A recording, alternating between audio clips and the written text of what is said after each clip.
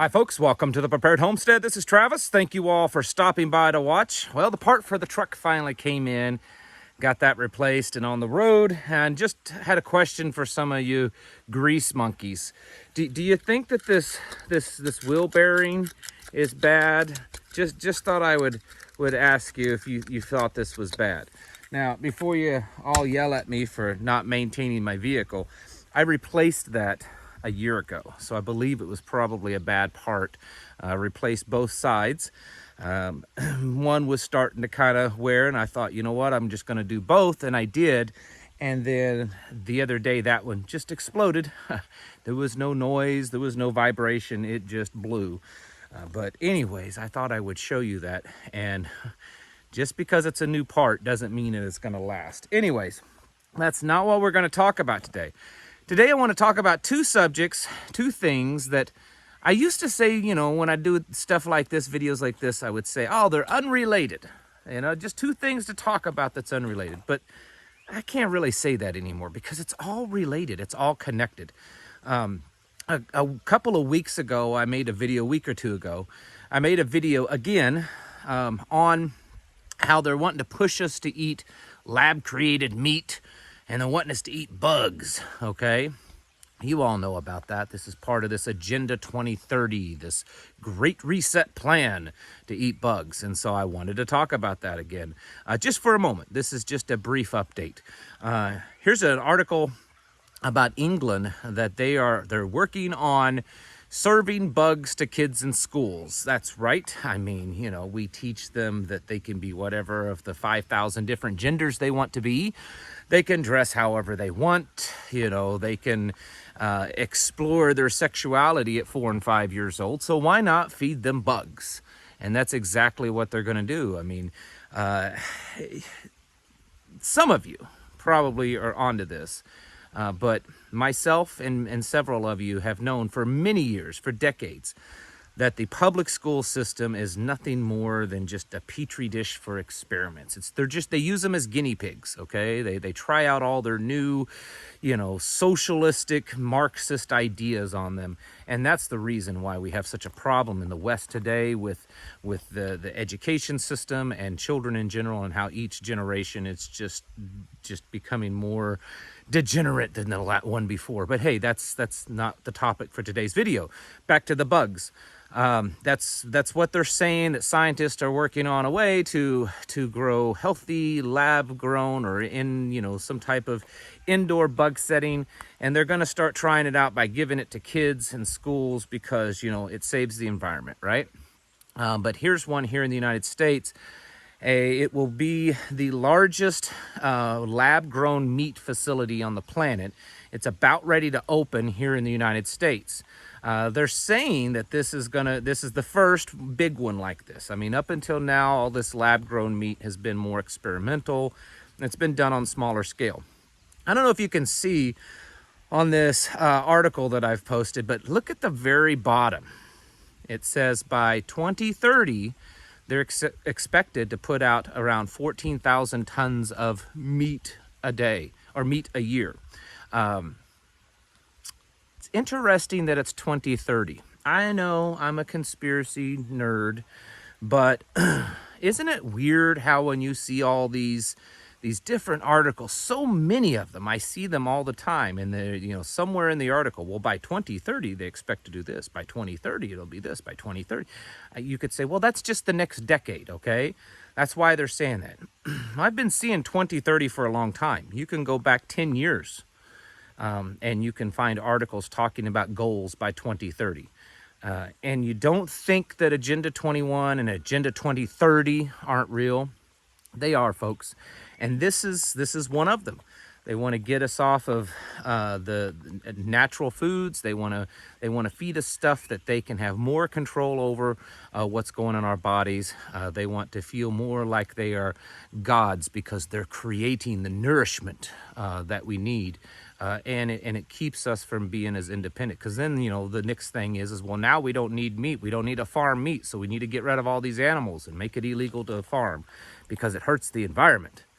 Along with the environment, switching subjects here, is this energy crisis. And no, we're not talking about the gas. We're not talking about the diesel. We're not talking about the natural gas. We're talking about the electric grid energy. I've mentioned this before. I talked about this, I don't know, 2 weeks ago when it started coming out in the news. And I've been a little shocked at how few people in the prepping world, have discussed this. I think this is a pretty big deal.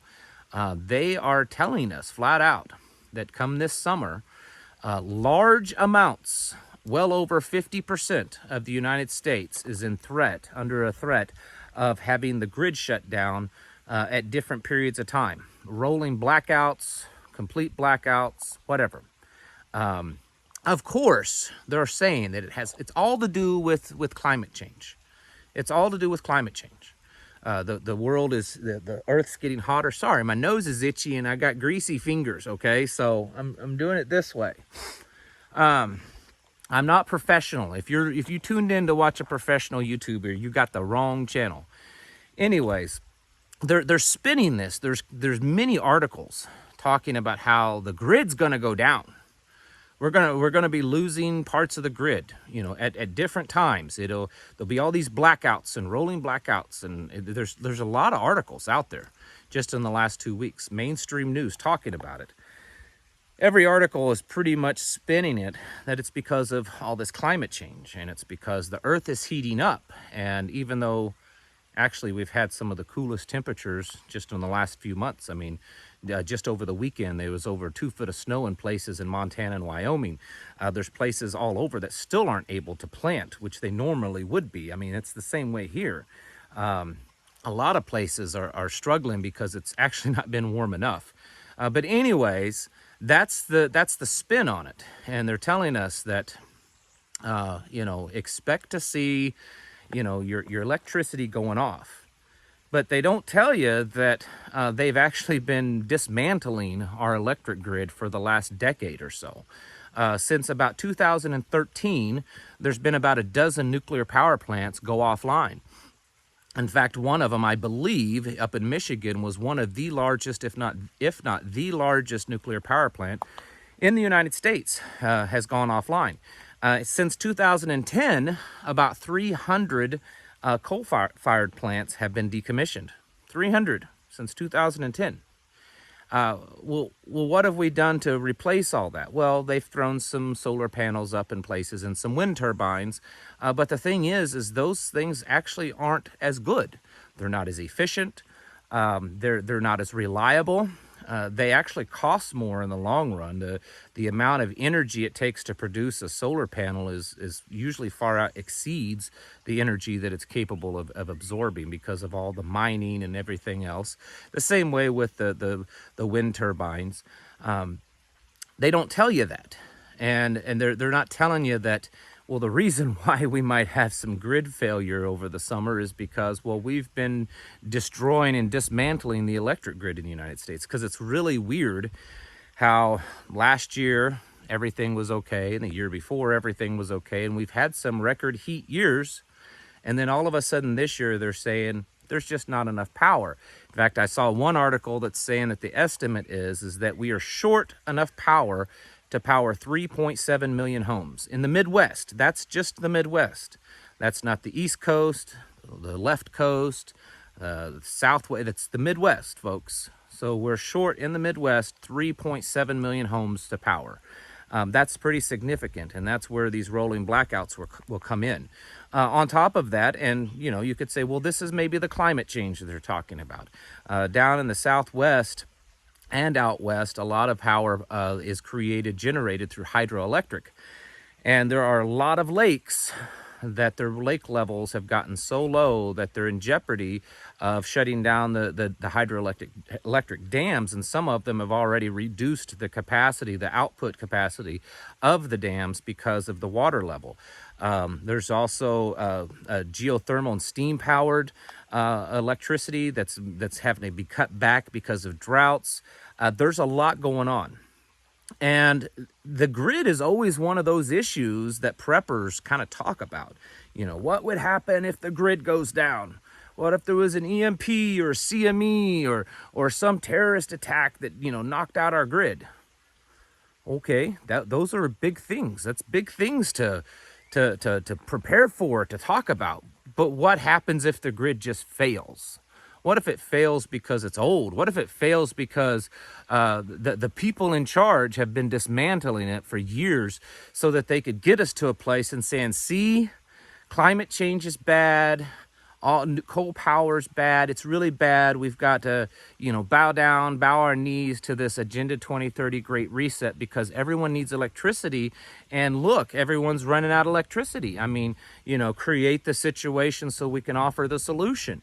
And that's exactly what they're doing, folks. And in my opinion, or at least my observation, is that not a lot of people here lately have been paying much attention to that. And I think that's something that we need to be paying attention. You need to be evaluating your plan, your prepper plan, your preparedness plan when it comes to being without electricity. Do you have solar power? Do you have some type of battery backup, solar generator, gas generator, diesel generator, wind, or is your plan just to go non-electric? Do it Amish style, because there's a good likely chance that come this summer, as it starts to heat up, a lot of you are going to be dealing without power. Now, what will that be like? No one's really told us. Is it just going to be momentary blackouts, for a few minutes, maybe an hour at a time? Is it going to get so bad that it could be day or days without power? Here's the deal, and I don't want to hype this up because I don't know. I don't know the answer.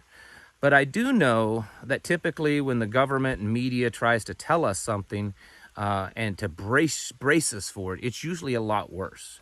For instance, the inflation. When they finally started saying, well, yeah, there's inflation, you need to get ready.